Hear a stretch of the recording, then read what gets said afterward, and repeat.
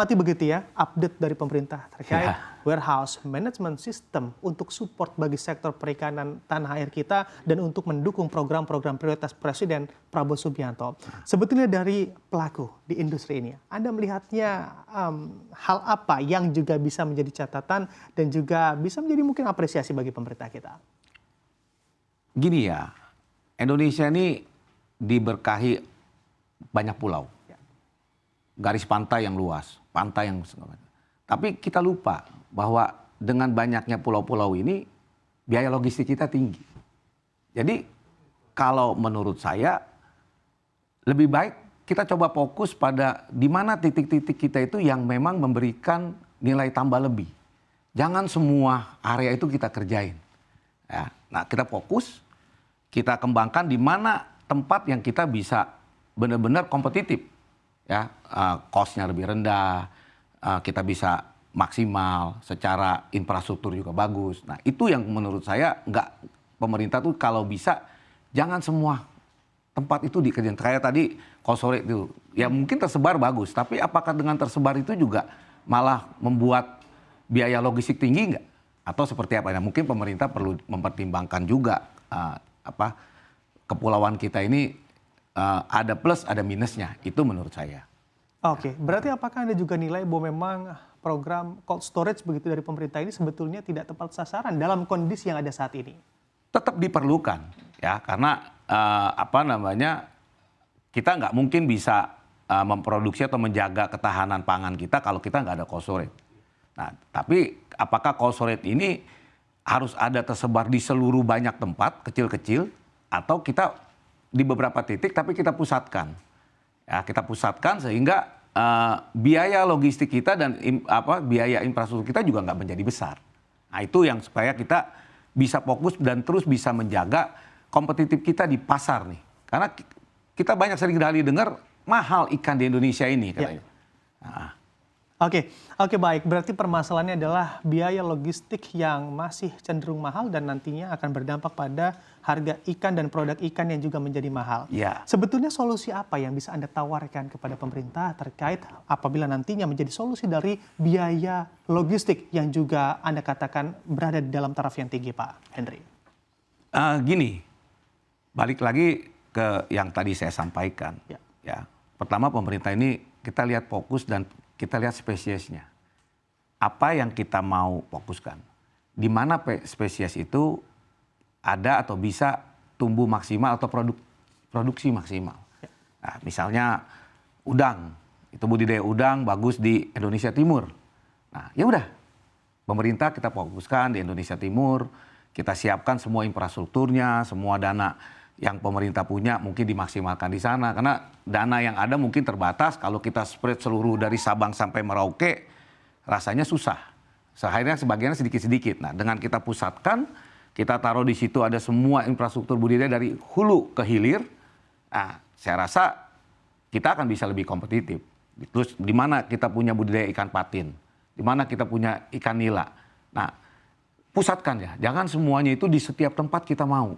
Kalau di semua tempat kita mau, akhirnya semua sedikit-sedikit kita nggak kompetitif lagi. Nah itu, ya. Nah ada lagi sebenarnya kendala buat kami itu pelaku usaha. Aturan antara pusat dan daerah ini sering sekali tumpang tindih. Di pusat sudah mau begini, tapi di daerahnya nggak bisa jalan. Akhirnya apa yang kita semangati, kita sama-sama semangat untuk kita mengembangkan industri ini, terus tertunda karena isu masalah aturan di daerah yang belum sinkron. Nah itu juga salah satu yang perlu, mungkin menurut kami perlu peran dari pemerintah pusat dan untuk koordinasi dengan pemerintah daerah untuk kita bisa maksimal meningkatkan produksi dari perikanan ini. Oke, baik Pak Henry. Ada aturan yang tidak sinkron antara pusat dan juga daerah. Mungkin ini juga bisa menjadi momentum Anda untuk menyampaikan aturan dalam bentuk apa yang kiranya menghambat para pelaku khususnya di sektor perikanan ini, khususnya ini penerapan aturan yang terjadi di daerah tidak sinkron dengan yang di pusat. Ya, contohnya begini ya, misalnya mengenai lingkungan hidup. Ya. Kan dalam hal budidaya kita kan pasti melakukan kita akan buang air dari sisa budidaya kita. Nah, di situ kita diminta untuk kita punya pengolahan limbah yang menurut kami agak sulit diterapkan oleh orang yang kerja dalam industri perikanan. Karena kualitas airnya nggak mungkin kita bisa samakan dengan kualitas yang diinginkan.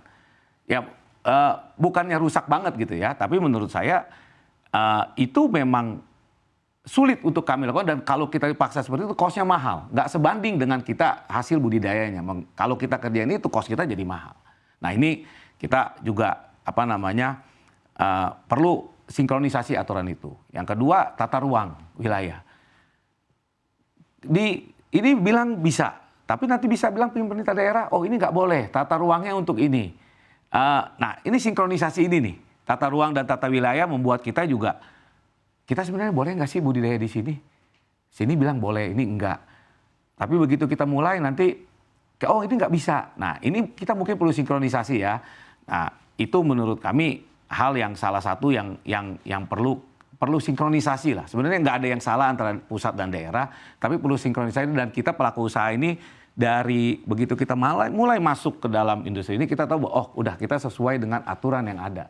Sehingga kita nggak mikirin lagi biaya-biaya lain yang muncul selain kita fokus pada budidayanya sendiri gitu. Oke, baik. Ada aturan yang berbeda antara pusat dan juga daerah, Pak Henry. Lalu yang diikuti oleh para pelaku di lapangan, aturan yang mana? Apakah memang ini juga terindikasi adanya pungli justru di lapangan? Pungli nggak ada. Ya ada ya, kayak saya nggak bisa bilang 100%. Ya tapi kita gini, kita tetap mengikuti aturan yang ada. Ya kita kadang harus mengikuti aturan daerah.